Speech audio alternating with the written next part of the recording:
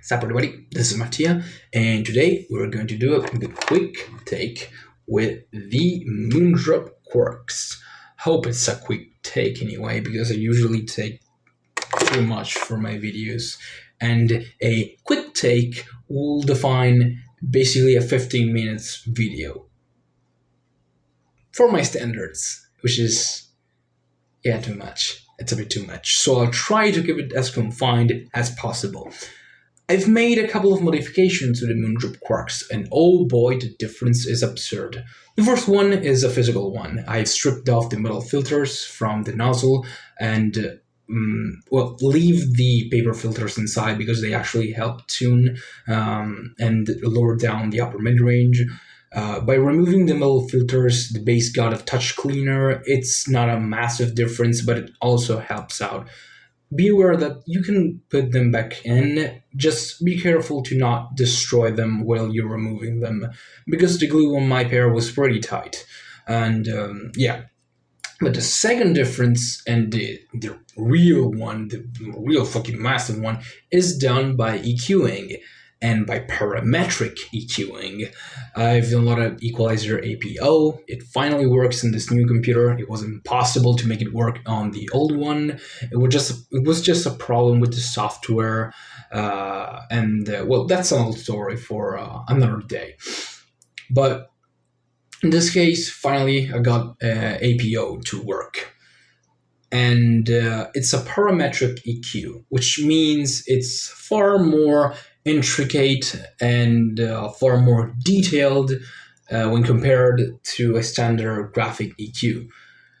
Standard graphic EQ lets you adjust already preset values by lowering them or increasing them, and the Q factor, so the wideness of that change in a specific frequency, is already set, and in most cases is 1 or 1.4, something like that, in most EQs. So it's already a thing that has been set and you cannot really modify. Parametric EQ lets you not only visualize a frequency response in a more detailed way, it lets you choose the specific single hertz, so a specific single zone that you want to change. I might as well go to 54 point, no, well, point is kind of hard, but I might as well go to 54 hertz to 221 to 537. I can be that specific when EQing with a parametric EQ. And I can also change the Q factor. The Q factor is, in itself, is how much of the frequency response you are taking into that modification. If I set a Q value of 4 instead of 1, with 4 the Q value increases, which means you are going to get a modification that corresponds to something closer to a peak rather than a valley or a slope. You can also have some filters and specific types of roll-off or extension, but that's too complicated for my dictionary, and I don't think anyone's really interested. What you want to know in this video is what I managed to do. Well, Oratory 9090 managed to do with the with EQ in the Moondrop Quarks. Oratory 9090 is a reviewer and a grapher that has been around for a long time, since the dawn of, I think, the HD 600s. Maybe that's a bit too far, but he's been around like a long while, a really long while.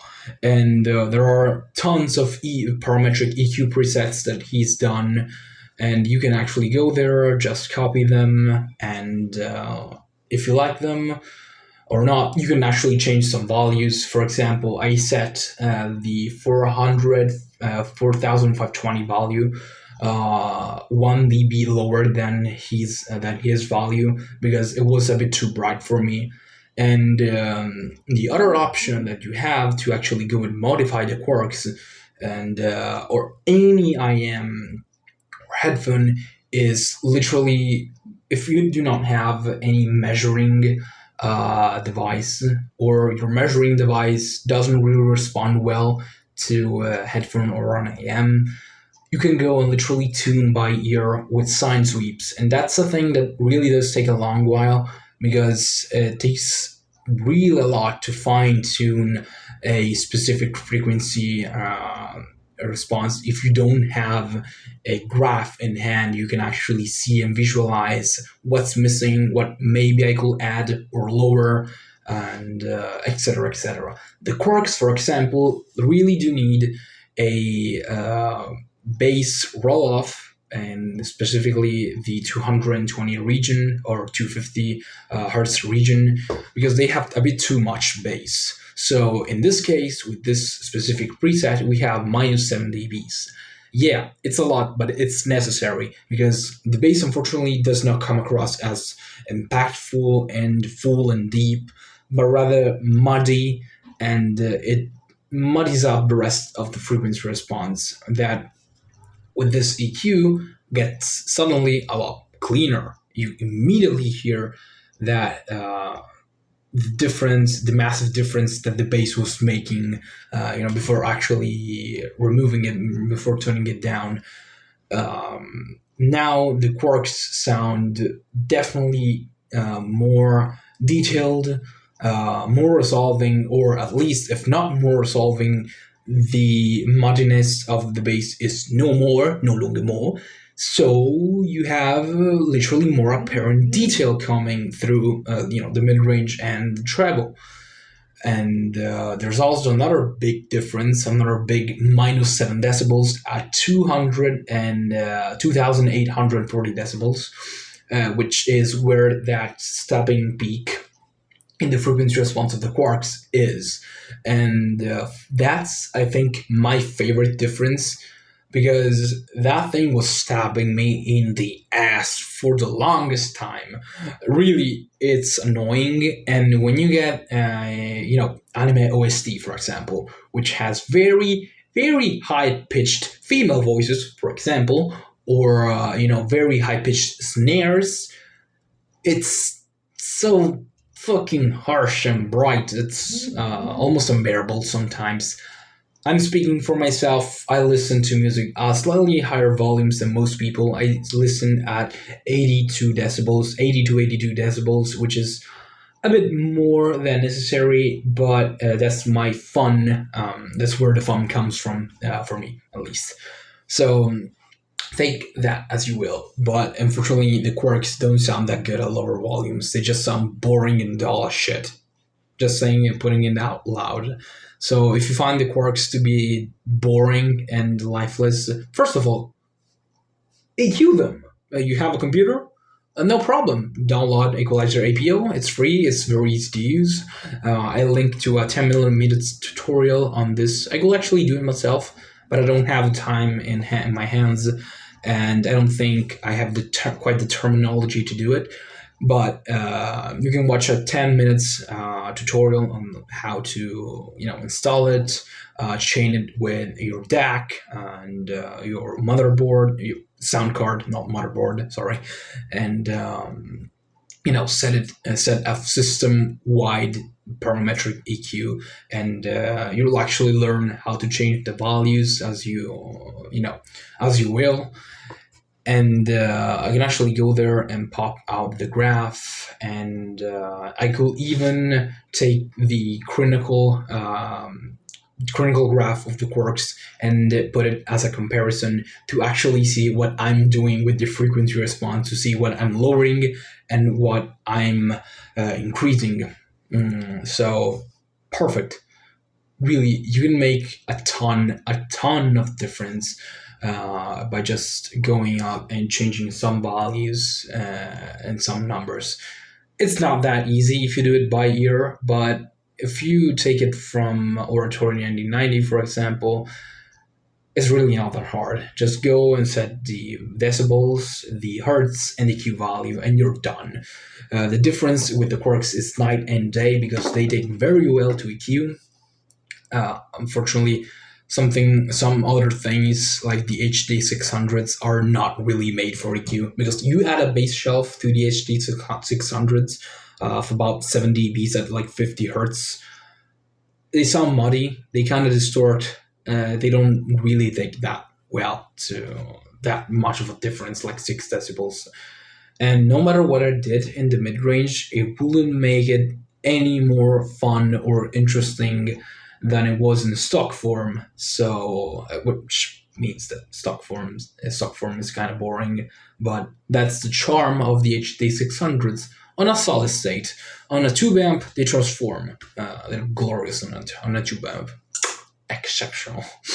And yeah, aside from the amount of details and the clarity, the massive clarity jump, you get a tighter bass, a cleaner bass. Unfortunately, it stays a bit one-notey and a bit undefined, but it's surely way less mud than having the Quarks in the stock form. Another thing that changes is I think that the upper mid range isn't quite as flashy and quite as it doesn't bother me quite as much as it did in the stock form. And perhaps we've got a bit more soundstage width because you don't have the bass basically mudding out everything and even the stage. Imaging stays what it is. It's kind of bad. Don't expect much from a pair of. No, for that price, I really don't care. If it were like $100, maybe I will have been more picky. But this thing literally costs 7 times less than it's 1/7 of the Moondrop Starfields, and I will pick these any day of the week over those. And so that means also I will pick these any other day of the week, even when compared to the Moondrop Arias, because Starfields and Arias are kind of similar, if not the same. Like, you look at them in a frequency response, they're basically almost identical, if not a difference in the bass region. There is some psychoacoustical difference, like the aria sounds a bit warmer and a bit more pleasing. It's a community favorite, but the Quarks, like a pair of EQ'd Quarks, beat Moondrop's own higher offerings, which is absurd. I'm speaking, of course, of the stock form Aria and stock form Starfields. I've actually haven't still tested an EQ'd Starfield, but I just literally form factor and ease of putting them in and comfort and isolation of the Moondrop Quarks and just their price. I will pick these any day of the week, and if you're willing to buy the Moondrop Arias, buy these, save $60 or $50, and enjoy an incredible sound anyway. Because, in my opinion, these sound better than the Starfields, and not by a small amount, by a fucking long shot, and not just in terms of tuning when EQ'd, but in terms of technicalities also. The only thing that the Starfields do better, I think, is dynamics, literally dynamics, and volume scaling. The Quarks sound way better at higher volumes, and the Quarks get a bit harsh even with the EQ. So yeah, take that as you will. Man, $13. Just keep thinking about that. The main point of this is, yeah, stock form, they're good, but they have so much more potential.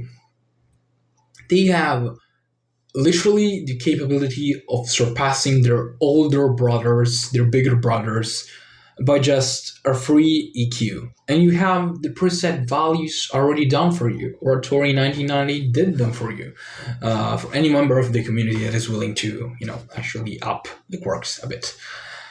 So a bit, well, quite a bit. They're not even recognizable anymore. They're not the Quarks.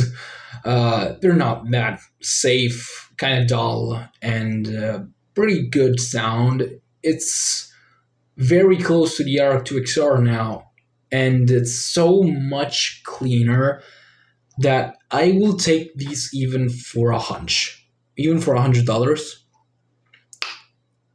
maybe $80. Maybe $80, because at $100 there's the R2XR and the SE. Jesus Christ, DSE. uh, so, holy shit. Yeah, absolutely.